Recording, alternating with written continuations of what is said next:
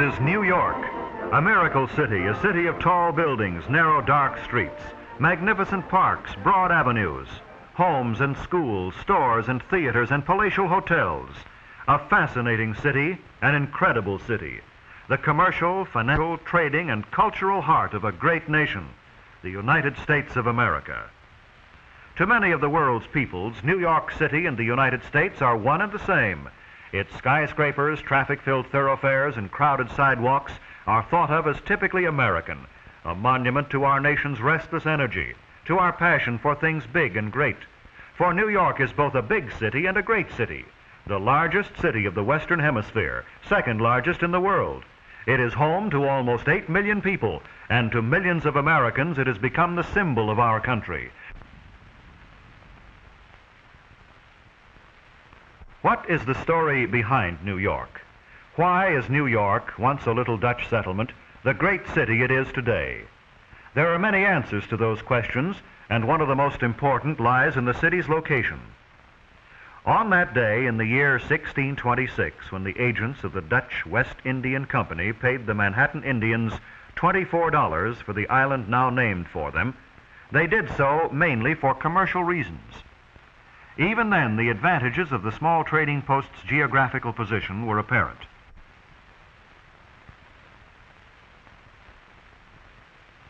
It commanded the outlet of a broad river, the Hudson, navigable for many miles inland. It boasted a superb harbor,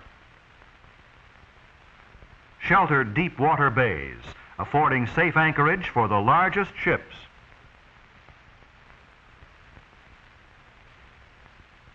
It stood astride an obvious route of trade that would someday connect the New World with the Old, and the most densely populated areas of North America with both Central and South America, and it dominated a backcountry of vast potential wealth. In the short 300 years of its history, New York City has more than fulfilled the wildest expectations of its founders. Today, the city comprises 5 districts or boroughs. The island of Manhattan remains the nucleus and center of interest of Greater New York, heart of the city's commercial and financial business. The Bronx, sometimes called the Borough of Industries, lies on the mainland to the north and east.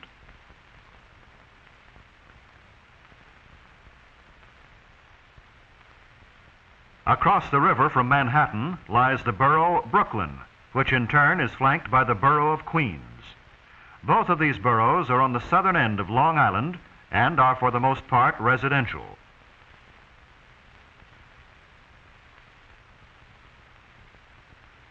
In New York Bay, located near the New Jersey shore, is Staten Island, which is known as the borough of Richmond, the least populated of the 5 boroughs.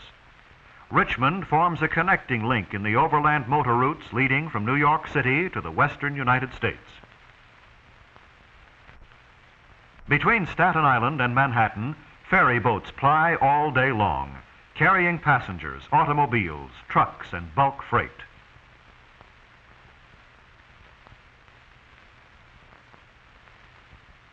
From the deck of one of these boats, one may catch a glimpse of the great Statue of Liberty, a figure that has stirred the emotions of countless immigrants to our shores.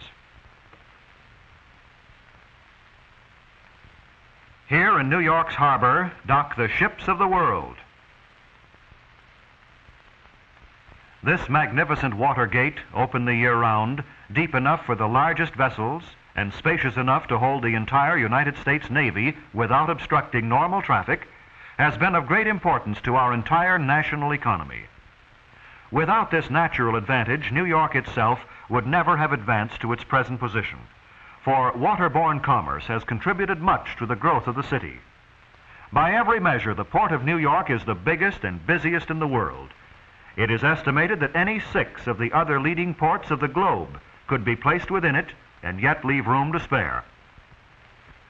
Its ocean-going craft touch about 90% of all foreign ports, bringing practically all of the silk goods, furs, cotton, and linen manufactures, jewelry, gems, chemicals, coffee, sugar, and cocoa sent to this country. Over 5,000 foreign ships dock here each year, about 1 every half hour of each day, carrying almost half the entire foreign trade of the United States.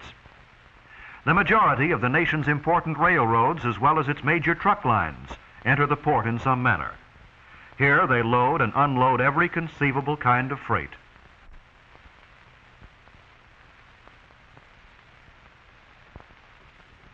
The freight cars alone, entering and leaving the area each year, could fill 8 tracks across the continent from coast to coast. In keeping with its position as the leading commercial city of the United States, New York is also the financial center of our nation. Wall Street and other streets of the financial district are deep, narrow canyons of tall buildings, the homes of the country's great banking houses, the Continental Bank, the Bankers Trust Company, branches and agencies of foreign banks. On Pine Street is one of the 2 largest banking institutions in the United States, the Chase National Bank. But it is the New York Stock Exchange on Broad Street, America's greatest securities market, that perhaps typifies the business of the Wall Street district. On the floor of the exchange's Great Hall, stocks and bonds are bought and sold. Over 1 million phone calls a day are handled here, and each transaction is carefully recorded to be communicated by telegraph, radio, and cable all over the world. But commerce and finance are not the only occupations of New Yorkers. The city is a busy manufacturing area and the leading wholesale and retail trade and export center in the nation.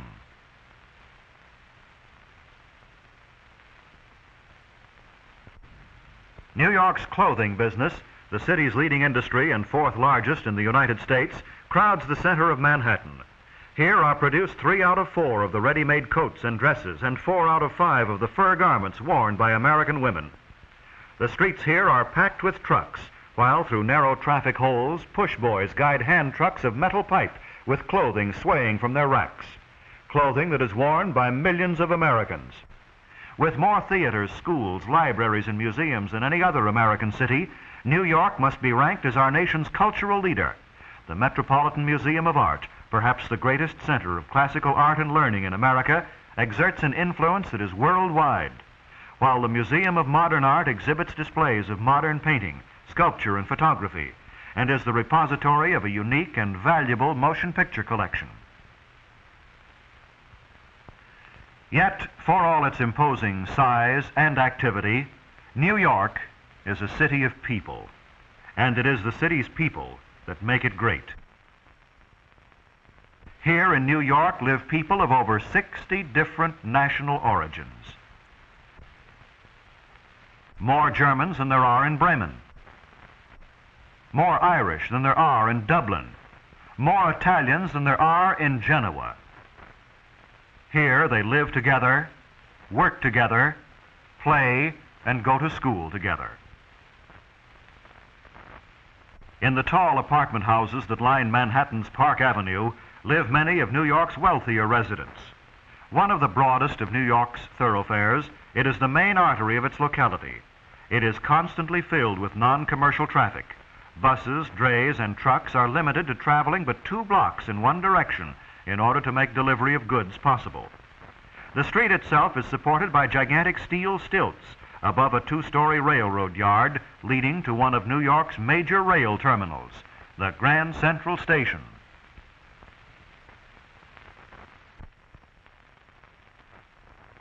The borough of Queens, occupying part of Long Island, is perhaps typical of New York's residential areas. Across the East River from Manhattan, it is reached by a number of bridges and tunnels, among them the 59th Street or Queensboro Bridge, and the Queens Midtown Vehicular Tunnel. Morning and evening, as the residents of Queens commute to and from their offices, stores, and places of employment in Manhattan, these arteries of travel are crowded with traffic. In addition to private means of transportation, the city of New York has interborough and interurban bus lines plying its streets.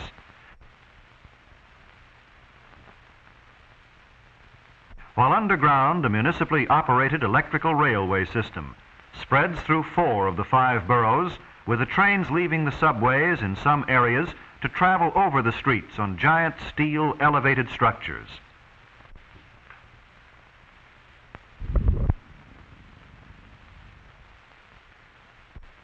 The people of New York may travel mile after mile on this integrated system on either local or express trains for only 5 cents for each trip.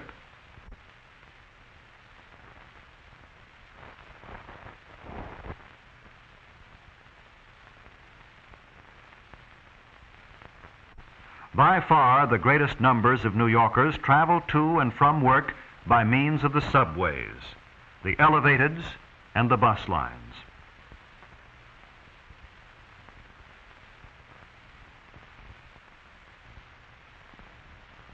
In the borough of Queens, the homes of the New Yorkers may vary in size, shape, and type of construction. They may be single homes or apartment buildings, but regardless of type, they are much like the homes of people living in the residential suburbs of any other large American city. Here one may see the same familiar supermarkets, and the same familiar neighborhood schools, and the same familiar milk truck, and on certain days of the week, even the same familiar family wash lines that one sees in countless cities across our nation.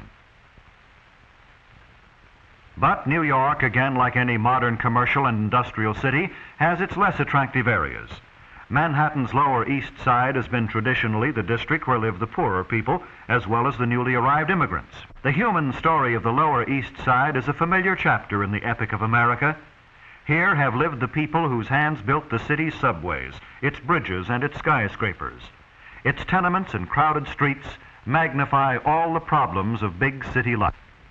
Yet, not all of the district is blighted, for from its dark tenements have come generations of American workers, men and women of many different national origins, who have given their lives to the building of America. And from it, too, there have emerged an amazing number of national figures, great statesmen like Alfred E. Smith, one-time governor of New York State, Joe Davidson, Jacob Epstein, sculptors of international reputation, George Gershwin and Irving Berlin, composers whose songs all Americans sing. Housed in this historic, imposing building is the executive branch of New York City's government. Like any other city, New York has its elected and appointed officials, charged with protecting the persons and property of the city. Near the City Hall is located one of the most elaborate groups of civic buildings to be seen in any city outside of Washington, D.C. The municipal building, one of the group, is a magnificent structure 40 stories high. In these numerous buildings are located the headquarters of the various branches of city government. The efficient fire department, its men trained to protect life and property in the world's highest buildings. Its world-famed police department, whose members are numbered in the thousands. Its public utilities of gas, water, electricity, and central steam for heating buildings. The largest municipal health and hospital system in the world.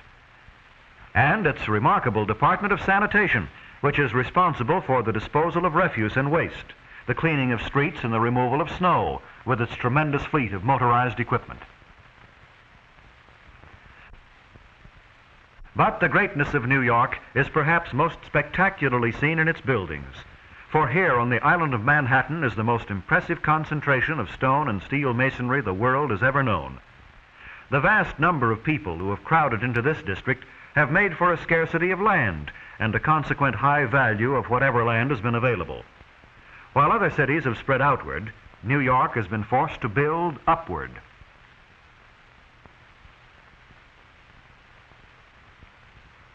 From the bay, the skyline of commercial New York, Lower and Midtown, is an extraordinary spectacle, and the effects of hundreds of towering buildings crowded together along the narrow island is one never to be forgotten. Tallest of New York structures and the tallest in the world is the amazing Empire State Building. It rears its 103-story head 1,250 feet over the sidewalks below. It has 7 miles of elevator shafts and 73 elevators, which travel so fast that a passenger entering one at the street floor may reach the 80th floor exactly 1 minute later.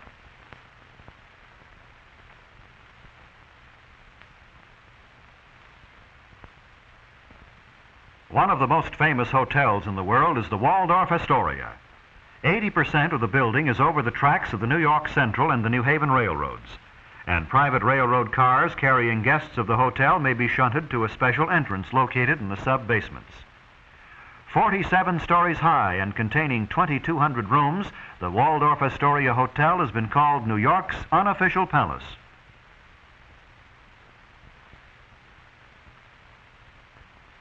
Rockefeller Center, a group of buildings occupying 3 city blocks, is the largest building project ever undertaken at one time by private capital. It is a self-contained city with business offices, centers of international commerce, theaters, and its own post office. The Central RCA building is in area the largest office building in the world, and so large is Rockefeller Center itself that its estimated daily population is over 150,000 people.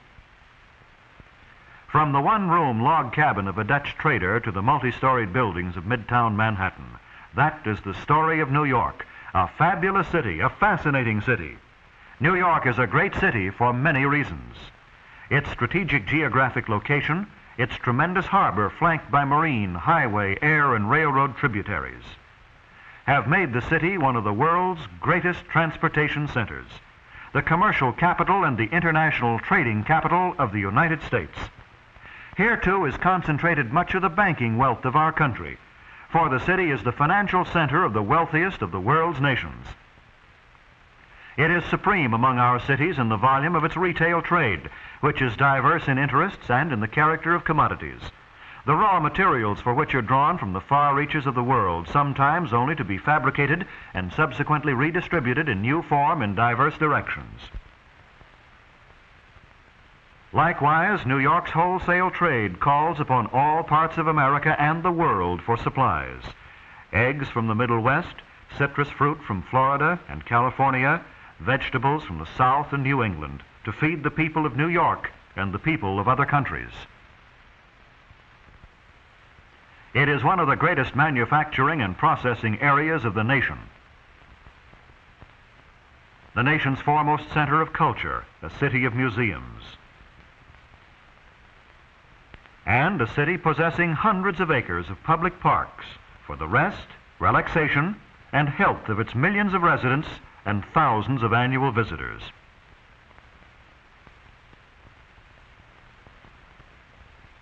Best known is Central Park in the borough of Manhattan, with its zoo, its playgrounds, miles of shaded walks and drives, and its restful lakes.